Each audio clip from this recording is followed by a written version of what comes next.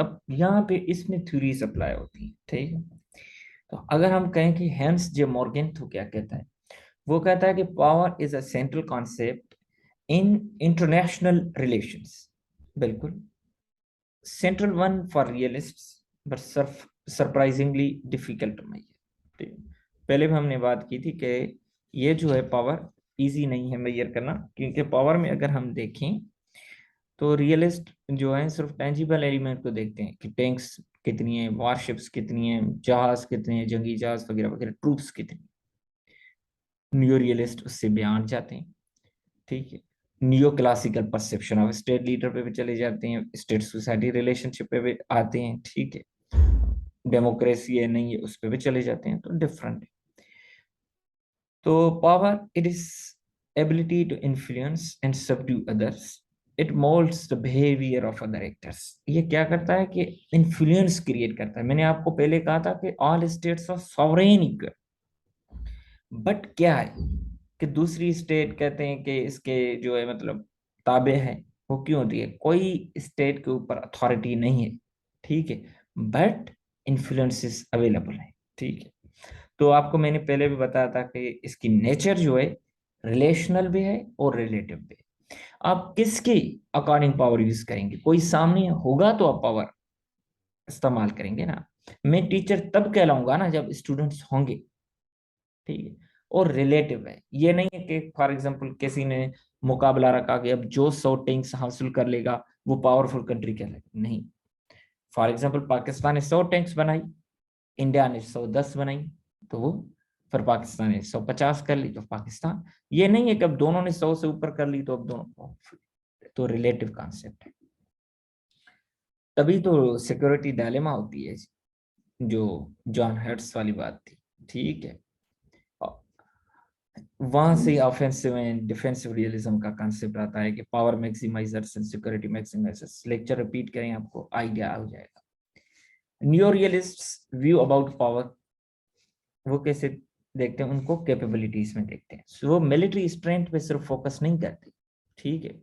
अगर हम कहें कि सिर्फ वो मिलिट्री स्ट्रेंथ पे करते हैं तो नहीं, वो एक resource endowment, economic ability, capability, political stability, competence से वेट करते हैं। इसी तरह नियो क्लासिकल रियलिज्म को कैसे देखते हैं, ठीक है। तो वो आपको पता है, उस तरीके से भी आप देखें। लिबरलिस्ट इसके बारे में क्या कहते हैं वो भी देखें आप, ठीक है। बाकी थ्योरीज क्या कहती हैं, फंक्शनलिज्म कैसे देखता है उसको, मार्क्सिज्म कैसे देखता है, कंस्ट्रक्टिविज्म कैसे देखता है। तो आप ये आपकी आज असाइनमेंट है कि सिर्फ पावर पे एक एक स्टेटमेंट कल आपने लिख के मुझे सेंड करनी है, सिर्फ पावर पे एक स्टेटमेंट, ठीक है। कि रियलिज्म क्या कर रही है, लिबरलिज्म क्या कर रही है पावर के बारे में, न्यू रियलिज्म क्या कर रही है, न्यू क्लासिकल रियलिज्म क्या कर रही है, मार्क्सिज्म क्या कर रही है, कंस्ट्रक्टिविज्म, सोशलिज्म, कम्युनिज्म, फंक्शनलिज्म, ठीक है। ताकि सिर्फ पावर पे ही हम देखें कि उनके व्यूज क्या है, ठीक है। फेमिनिज्म क्या कहती है, मटेरियल मैंने उसका शेयर किया था, अगर ना भी समझ में आए तो कल हम डिस्कस तो कर लेंगे ना, आइडिया तो हो जाएगा। तो इस तरीके से ही तो थ्योरीज अप्लाई होती है ना। Hard power and soft power. Hard power में कल पहले भी हमने किया कहा था कि tangible elements that can be measure, number of tanks, ships, war troops वगैरह वगैरह। सॉफ्ट पावर में non tangible element that can be perceived. For example अभी हमने रिसेंटली देखा है कि कतर ने पाकिस्तान के साथ मुआहदा साइन किया है कि फीफा वर्ल्ड कप की सिक्योरिटी या ओलंपिक्स की सॉरी, वहां पे जो है सिक्योरिटी कौन देगा, पाकिस्तान देगा। तो कहने का मकसद वो तो उसके पास सिर्फ पैसा है, बट उसने पावर को परचेज किया, मिलिट्री ट्रूप्स को। तो कहने का मकसद तो उसके पास जो मतलब सॉफ्ट पावर है ना पैसे की सूरत में, तो वो हमें तो परसीव नहीं हो रहा। तो ये चीजें एग्जाम्पल कम्युनिज्म, कैपिटलिज्म, ठीक है, इन दोनों की जो स्ट्रगल है वो दूसरों को इन्फ्लुएंस करती है, ये भी सॉफ्ट पावर में आती है आइडियोलॉजी, ठीक है। तो मेन जो हमारा टॉपिक आता है तो वो नेशनल पावर की बात है, ठीक है। तो उसके एलिमेंट ऑफ नेशनल पावर कौन से, अगर हम देखें कि national power of a nation depend upon several factors. which are called determinants of national power। ठीक है, अब हम देखेंगे मॉर्गन तो इनकी जो डिवीजन करता है वो करता है परमानेंट एंड टेम्पररी। ये जो परमानेंट है उसके नजदीक परमानेंट वो पावर्स हैं जो ज्योग्राफी है, पॉपुलेशन है, नेचुरल रिसोर्सेज हैं जिनको आप खत्म नहीं कर सकते इजीली। टेम्पररी वो हैं जो ऊपर नीचे हो सकते हैं, ये खुद वर्ड ही बता रही है। इकोनॉमिक डेवलपमेंट, आज तरक्की याफ्ता है या तरक्की कर रहा है तो हो सकता है कल ना हो। इंडस्ट्रियल स्ट्रेंथ, क्वालिटी गवर्नेंस, कहते हैं ना पाकिस्तान 1980s में जो था वो तरक्की कर रहा था, आज नहीं कर रहा। तो कहने का मकसद कि टेम्पररी में आ गई ना बात। ऑर्गन्स की इनकी जो डिवीजन है वो नेचुरल एंड सोशल डिवीजन करता है। उसके मुताबिक ये natural geography, population, natural resources है। सोशल बाकी जो हमने किए, इकोनॉमिक डेवलपमेंट, इन्होंने अपनी टर्मिनोलॉजी दी है, बाकी बातें तो सेम है ना, मेन क्लासिफिकेशन तो सेम है ना। पाल्मर एंड पर्किन, उनका अगर हम देखें तो tangible and non tangible element, तो ये चीजें सेम है। ठीक है, तो आते हैं एक एक पे कि ज्योग्राफी क्या कहती है। मोडी, स्पाइकमैन, ठीक है, होशफर, मैककाइंडर, ये क्या कहते हैं कि geography as determinant of international politics. ठीक है, उनके नजदीक ज्योग्राफी बड़ा रोल प्ले करती है। फॉर एग्जांपल, सब कोई कहता है पाकिस्तान की जो ज्योग्राफी है वो उसकी अच्छी है। एक साइड से जो है चाइना है, इंडिया है, वर्ल्ड लार्जेस्ट मार्केट्स हैं। ठीक है, सेंट्रल एशिया हम अफगानिस्तान से हमें करीब पड़ता है, अफगानिस्तान है, वार्म वाटर्स हैं। ठीक है, ये तो ज्योग्राफी बड़ी इंपॉर्टेंस रखती है। दूसरा, रशिया ने, जैसे जर्मनी ने रशिया पे अटैक किया था, उसकी ज्योग्राफी बड़ी थी, तो उस वजह से क्या हुआ, जर्मन सक्सेसफुल नहीं हुए। विंटर सीजन आ गई, सीजन तब्दील हो गई, उनके मरने लगे। और उसके अलावा पोलैंड की, पोलैंड पे जर्मनी ने एक हफ्ते में कब्जा कर लिया था, तो उसकी ज्योग्राफी छोटी थी। तो मतलब ज्योग्राफी भी बड़ा रोल प्ले करती है। तो कहने का मकसद ये आपकी स्ट्रेंथ होती है। अफगानिस्तान कहते हैं graveyard of great empires. क्यों कहते हैं, क्योंकि उनका टेरेन ऐसा है कि आप वहां पे इन्फेंट्री के अलावा कोई यूज ही नहीं कर सकते। इतने जाबलू इलाके हैं, मिसाइल पे मारेंगे तो इतना कोई फर्क नहीं है, असर पड़ता ही नहीं है, इम्पैक्ट क्रिएट ही नहीं होता। तो नेपोलियन जैसे कहता है कि the foreign policy of any country can be determined by it's geography. True. Pakistan का झगड़ा है इंडिया के साथ, ईस्टर्न बॉर्डर पे, वेस्टर्न बॉर्डर पोरस है, तो उस हिसाब से हम अपनी फॉरेन पॉलिसी बनाते हैं। और किसी की माइक अगर खुली हुई है तो काइंडली वो टर्न ऑफ कर दे। ठीक है, ज्योग्राफी में मैप आ जाता है, साइज आ जाती है, जो मैंने रशिया जर्मनी वाला केस आपको बताया, पाकिस्तान इंडिया वाला बताया। ठीक है, तो बाकी लोकेशन के हिसाब से अगर हम देखें तो यूएसए, ठीक है, आइसोलेशनिज्म, तो थ्री साइड सराउंडेड बाय सी, तो उस पर कभी आपने नहीं देखा होगा कि उसके साथ कोई झगड़ा हुआ। वर्ल्ड वार 1, वर्ल्ड वार 2, वो सुकून से आता है, हमला करके निकल जाता है। अफगानिस्तान के लिए उसका टेरेन ऐसा है। पाकिस्तान इंडिया, हिमालयाज इन नॉर्थ, वो एक अलग सिक्योरिटी है। तो कहने का मकसद कि ज्योग्राफी आप बड़ा रोल प्ले करती है। क्लाइमेट है, वो आपका पावर है। इस वक्त जो है पाकिस्तान में फ्लड आई है, तो ये बड़ा इशू है। अगर ये हर साल आती हो तो कभी अब तरक्की करना आपके लिए मुश्किल हो जाता। जापान में टैक्स अर्थक्वेक के साथ हैं। ठीक है, बे ऑफ बंगाल की वजह से बांग्लादेश को तकलीफ। तो कहने का मकसद ये बड़ा क्लाइमेट रोल प्ले करता है। ये जर्मनी वर्सेस रशिया वाला मैंने आपको जैसे बताया कि वहां पे हेवी विंटर सीजन होती है, टेम्परेचर माइनस में चला जाता है, जर्मनी फतह नहीं कर सका था। तो इसी तरह African countries, topography, US versus Afghanistan वाला मैंने आपको एग्जांपल दिया कि यहाँ की टोपोग्राफी, टेरेन वगैरह डिफरेंट था।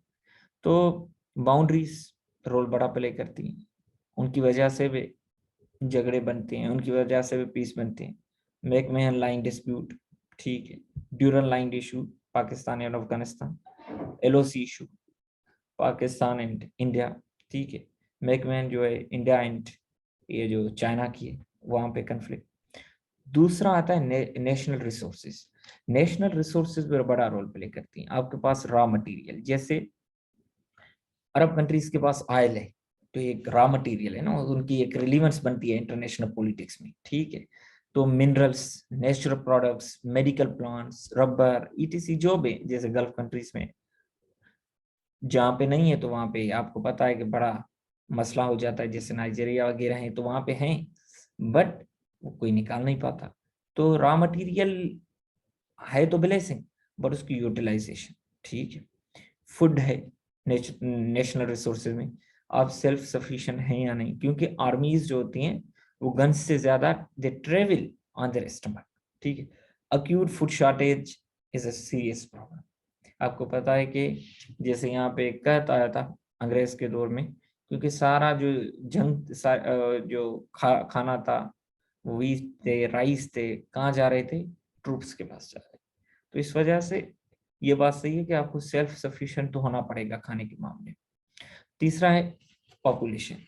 पॉपुलेशन अगर आपकी ज्यादा है तो आपकी मिलिट्री पावर ज्यादा होगी, इंडस्ट्रियल कॉम्प्लेक्स ज्यादा होंगे, ठीक है। रिसोर्सेज को आप ज्यादा एक्सप्लॉइट कर सकेंगे। इस वक्त 12-13 लाख आर्मी है इंडिया की, पाकिस्तान की इतनी नहीं है, चाइना की बड़ी आर्मी है, तो ये बड़ा रोल प्ले करे। The value of this element has decreased after innovation of artificial intelligence. ठीक है, आर्टिफिशियल इंटेलिजेंस की वजह से वेपन इंडस्ट्री एक डिफरेंट स्फीयर में चली गई, बट स्टिल पॉपुलेशन का रोल है। Economic development and industrial capacity, ठीक है। तो ये भी एक एलिमेंट ऑफ नेशनल पावर है। आपको पता है कि जितनी इकोनॉमिक डेवलपमेंट होगी तो उतना ज्यादा कंट्री के लिए फायदेमंद होगा, क्योंकि पॉवर्टी लिमिट्स नेशनल पावर। हम कर्जा लेने जाते हैं, हमारी ये नेशनल पावर को क्या करता है, कटेल करता है, लिबर्टी को कटेल करता है, ठीक है। तो न्यू लिबरल अगर पर्सपेक्टिव से देखेंगे तो states influence through economics, CPEC हो, पाकिस्तान में सीपेक है ना, चाइना इन्फ्लुएंस तो कर रहा है। मार्शल प्लान हो, जैसे यूरोपियन को कंस्ट्रक्ट किया गया अमेरिका की तरफ से, तो ये चीजें रोल प्ले करती हैं। Germany, Japan, USSR, Italy, UK for 2 world Wars but still dominate work economies because of their industrial capacities. तो कहने का मकसद ये जो इंडस्ट्रियल कॉम्प्लेक्स है ना, बड़ा रोल प्ले करता है।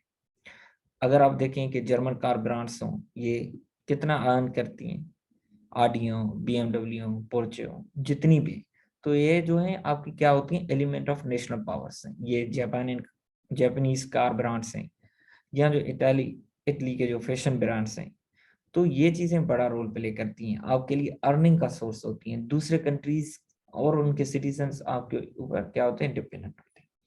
एलिमेंट्स ऑफ नेशनल पावर में टेक्नोलॉजी भी आ जाती है। यूएस के पास इतने न्यूक्लियस हैं, रशिया के पास इतने हैं, दूसरी आर्टिफिशियल इंटेलिजेंस, बाकी टेक्नोलॉजी, मून पे पहुंच के स्पेस में आ गए वगैरह वगैरह।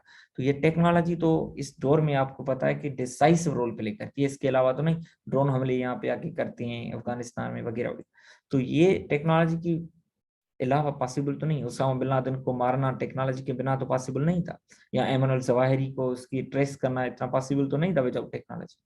मिलिट्री प्रिपेयरनेस, ये तो जरूरी है, वार टेक्नोलॉजी आपकी कितनी एडवांस है। Quality of military leadership, quality and quantity of soldiers, ये रोल बड़ा प्ले करती है, ठीक है।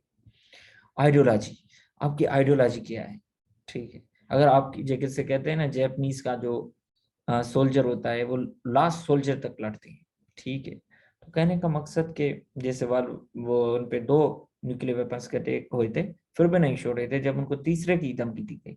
तो आइडियोलॉजी भी एक स्ट्रेंथ होती है। अगर आइडियोलॉजी अच्छी होगी तो लोगों को बाइंड करके रखेगी। आइडियोलॉजी का यही तो मकसद होता है। Leadership, Lee Kuan Yew, Mahathir Mohamad, ये भी अच्छे लीडर्स, कायदे आजम मोहम्मद अली, ऐसे लीडर्स रोल प्ले करते हैं। कहाँ से सिंगापुर को ऊपर ले आया, कहाँ से मलेशिया को ऊपर ले आया, कैसे कायदे आजम ने अच्छे तरीके से आजादी दी, तो ये चीजें रोल प्ले करती हैं, ठीक। नेशनल करेक्टर एंड मोरल, तो फॉर एग्जांपल कहते हैं ना कि ईरान ईरानी जो है न्यूक्लियर वेपन बनाना चाह रहे हैं, उनको कंसिस्टेंटली वो रोक रहे हैं, क्योंकि उनको पता है कि ईरान को छोड़ेंगे तो फिर वो न्यूक्लियर वेपन बनाने की तैयारी कर देगा। तो उनके अंदर परसिस्टेंस है। इसी तरह रशियन के अंदर, अमेरिकन जो है इनिशिएटिव, स्पिरिट ऑफ एडवेंचर, ठीक है। आप देखेंगे वहां पे पेटेंट कल्चर ज्यादा है, क्योंकि इनोवेशन है वहां पे। पाकिस्तान में पेट्रोटिज्म, एक रिसर्च की गई कि 88% पेट्रोटिज्म, ये एक नेशनल करेक्टर है, मोरल है, ठीक। डिप्लोमेसी बहुत इंपॉर्टेंट, ये क्या करती है, वार को अपोज करती है। आर्ट ऑफ नेगोशिएशन, उससे क्या होती है, आपको हेल्प होती है। ताशकंद मुआहदा या बाकी और मान, तो आपको क्या करते हैं हेल्प करते हैं कि ये आपकी मसलों को हल करती है। और ये जो हम इंटरनेशनल रिलेशंस में पढ़ते हैं, पढ़ेंगे आगे भी, जीरो सम गेम क्या होता है कि जीरो एंड सम, आपको ज्यादा फायदा हो दूसरे से, ठीक है, रिलेटिव पावर हो, तो ये हेल्प करती है diplomacy. Success of foreign policy depends upon it, ठीक है। तो ये इसकी रीडिंग है। और अगर डिप्लोमेसी की टेस्ट करें तो वो वार है, अगर वार होती है तो मतलब डिप्लोमेसी फेल हो गई। तो कहने का मकसद ये रीडिंग है, और इस पे अगर कोई क्वेश्चन है तो आखिर में मैं आपका एंटरटेन करता हूँ। इसके